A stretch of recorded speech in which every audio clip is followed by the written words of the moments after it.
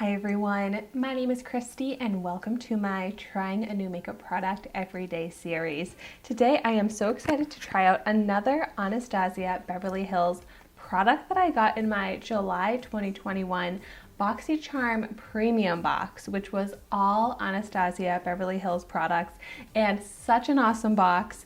Of course, if you have not seen that unboxing video yet, I'll have that linked in the description down below. But this here is the loose setting powder that I got in the translucent shade. It retails for $38, which I think is so expensive for a setting powder, but it's a huge powder. Like here it is next to my face. Like it's a huge powder, so at least you get a lot for that price. It does come in 4 other tinted shades, but here I have the translucent, looks like very stark white one. So this is a lightweight, super fine powder that goes on smoothly as it absorbs oil and minimizes shine and leaves you with a flawless matte finish. This silky formula gives the complexion a seamless, soft focus effect, blurs the look of imperfections, and extends the wear of your makeup. It's also cruelty-free and vegan. So let's check it out. So it has the sifter here. Let's see if I can, I'd like to be able to take the whole thing off.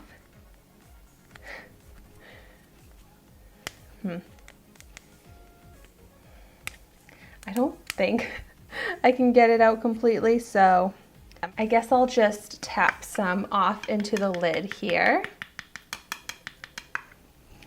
And so I'm going to use this to set my whole face. I'm wearing more of a shiny CC cream right now, but I also just applied my concealer, and I need to set my under eye concealer because it's already starting to crease.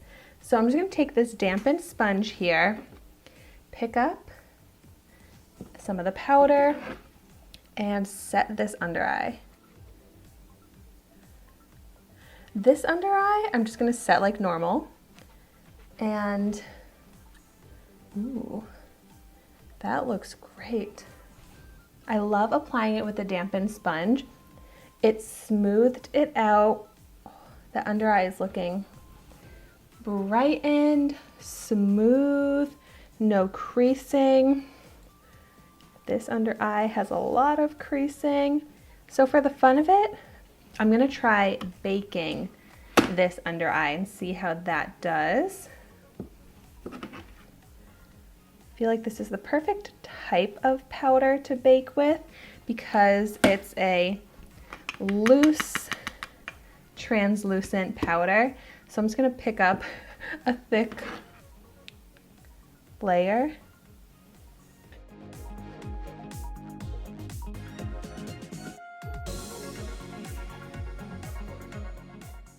And I'll leave this on while we set the rest of the face.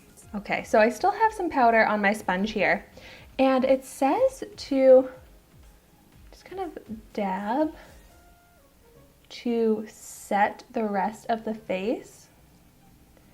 And this technique I think works great because you can see how it just kind of disappears and blends in, but it doesn't leave any cakiness or powderiness behind.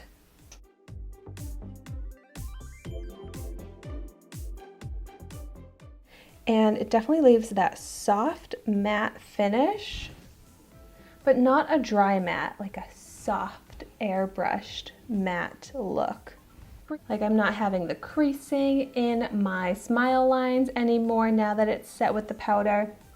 The pores look more smooth and soft, minimized. I really like how this is looking. I kind of want to take a big fluffy powder brush. I'm going to pick up some in the lid here and just try the technique on the other side of my face to just dust this all over. I feel like this would be a faster method to set the rest of the face.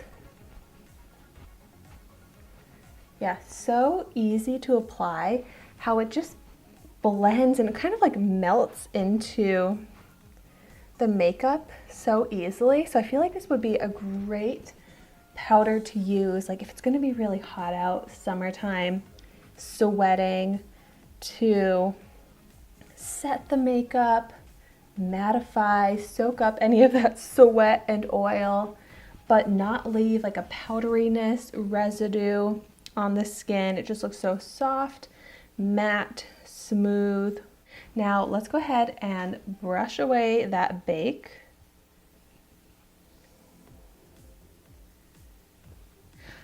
And even with the baking, it didn't really dry out my under eyes. But both under eyes look the same. Can't detect any powder, no cakiness. And this under eye was creasing a lot. And now there is absolutely no creasing. But I always have to test for flashback, especially with a completely white powder like this. And so I'm going to turn off my lights and take a photo with flash, and we're gonna see if there's any flashback. Okay, I will insert the picture. Not a good picture, but no flashback. I am so relieved to see that. And the skin looks matte, but not dry. It looks soft, smooth. So I am so excited to see that and really happy with this powder. So definitely let me know your thoughts on this in the comments down below. And also I'd be very interested to hear if you've tried this out in any of the tints, the other shades of it, how those look and how those worked for you. But thank you so much for watching my video today. Be sure to like, comment, and subscribe to my channel so you can see the makeup that I try every day. And I will see you tomorrow in my next video.